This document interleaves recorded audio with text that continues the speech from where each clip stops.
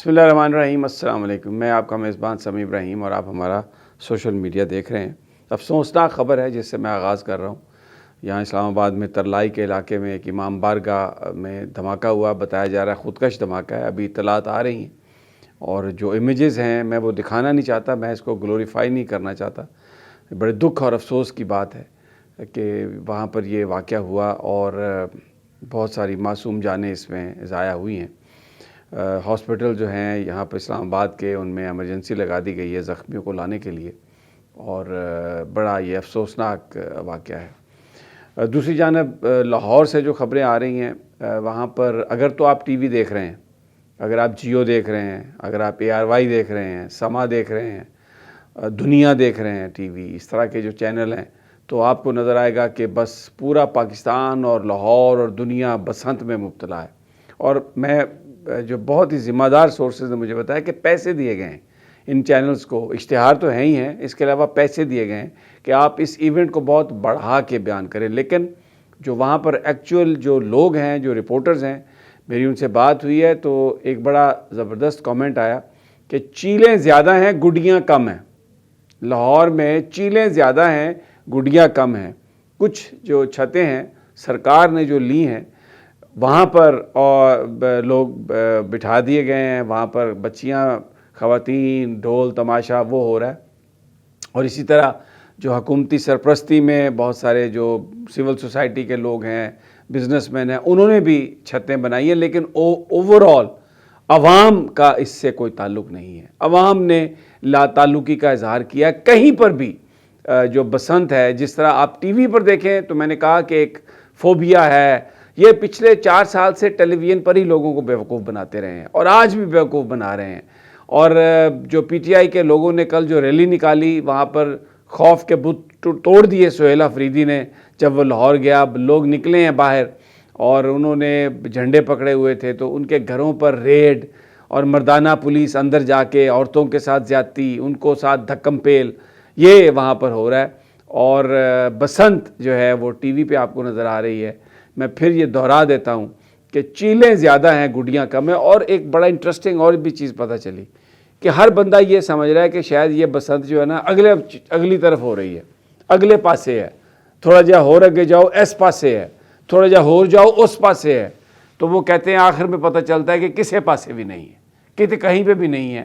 اور جو سارا یہ جو ہے فوبیا، یہ ٹی وی پہ، اور اس کا مقصد وہ جو PTI کی جو احتجاج ہے یا جو پاکستان کے جو مسائل ہیں ان سے توجہ ہٹانی، اور ٹی وی پر اس طرح کے لوگوں کے کمنٹس کہ جناب بسنت جو ہے یہ تو سال میں 4 دفعہ ہو جانی چاہیے، اس سے فائدہ یہ ہوگا کہ نوجوان جو ادھر ادھر کی باتیں سوچتے ہیں وہ نہیں سوچیں گے اور فوکس رہیں گے۔ وہی پرانے زمانے میں جو میلے کرائے جاتے تھے، جس طرح لوگوں کی توجہ ہٹانے کے لیے، لوگوں کو روٹی تو دی نہیں جا سکتی تھی، اب نہ آپ لا اینڈ آرڈر دے سکتے ہیں، نہ آپ گورننس دے سکتے ہیں، نہ آپ لوگوں کو روزگار دے سکتے ہیں، نہ آپ علاج دے سکتے ہیں۔ تو آپ نے کہا چلو اسی طرح یہ کر لو، اور پیسے دیے ٹی وی کو اور وہ چلا دیا اس پہ پورا۔ اگر جو کوئی پاکستان سے باہر پاکستانی اگر یہ جو پاکستان کے چینل ہیں ان کو دیکھ رہا ہے تو آپ یقین کریں سوائے اس کے آپ کو نظر ہی نہیں آئے گا کہ کوئی بسنت ہے۔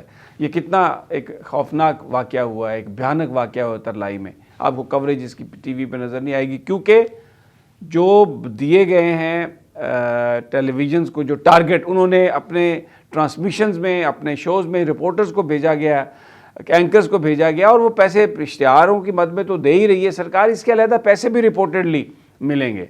اور 3 چیزوں، ایک تو یہ خیال کرنا ہے، ایک تو یہ بات بتانی ہے کہ بہت ہی محفوظ ایونٹ ہوا یہ، اور دوسری آپ نے یہ بیان کرنا ہے کہ مریم نواز نے لوگوں کو خوشیاں واپس دلا دیں، مریم نواز نے لاہوریوں کو میلے واپس دلا دیے، مریم نواز نے لوگوں کو اتنا انٹرٹینمنٹ دے دیا، اور یہ زبردست لیڈرشپ ہے۔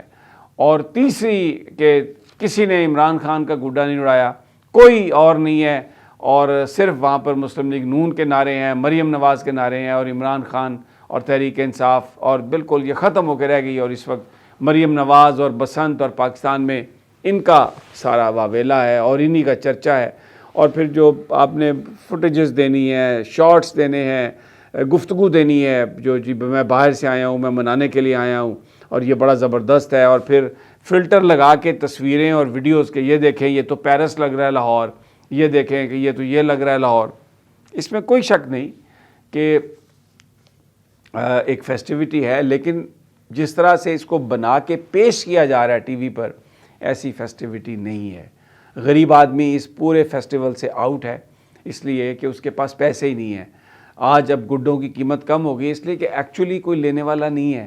لوگوں نے اس تقریب کا اس طریقے سے اس کو ویلکم نہیں کہا. عام بندوں نے اس طریقے سے یہ میں جو بات کر رہا ہوں جو لاہور کے اندر ہیں وہ اس بات کو سمجھ رہے ہیں، جو رپورٹر اس کو رپورٹ کر رہے ہیں وہ اس بات کو جانتے ہیں کہ میں سچ بول رہا ہوں.